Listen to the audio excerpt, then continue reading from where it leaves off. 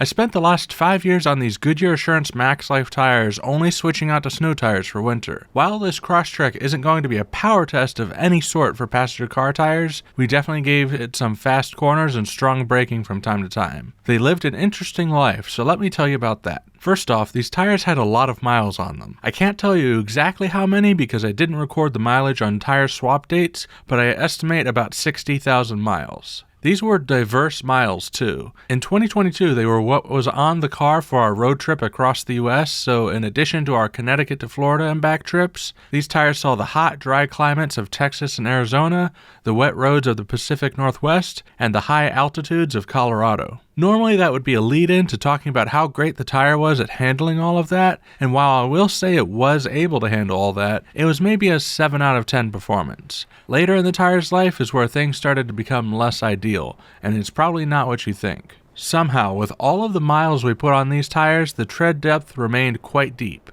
Goodyear definitely figured out a durable material here. If you're familiar with motorsports tires at all, you generally think of the rubber compound softness as a trade-off between soft, high-grip tires that wear quickly and lower-grip, hard compound tires that last longer, but it's a little more complicated than that, especially when it comes to road tires. While these aren't super grippy tires, they don't handle like they're giving up a lot of grip for the amount of durability you're getting. So, what's the catch? What people often either forget or refuse to believe is that tires gradually expire with time. In addition to rubber, the tire contains chemicals that help temporarily bond with the road so that you have grip. Without these chemicals, tires would be more of a pencil eraser material, which slides and wears away rapidly. UV light, ozone, and other factors lead to what you see as dry rot. I've driven on tires with dry rot and even down to the reinforcing cords before, and these tires were starting to get really unstable once that visible oxidation started appearing. There was a windy, rainy trip through Nova Scotia one night that was at least an hour of white-knuckle driving until the hotel. Once these tires started letting go, they were not shy about it. I've driven in snowstorms that were less tense of a drive. Normally you'd expect wet weather performance to decline as tread depth disappears, but even as these tires come off the wheel for the last time,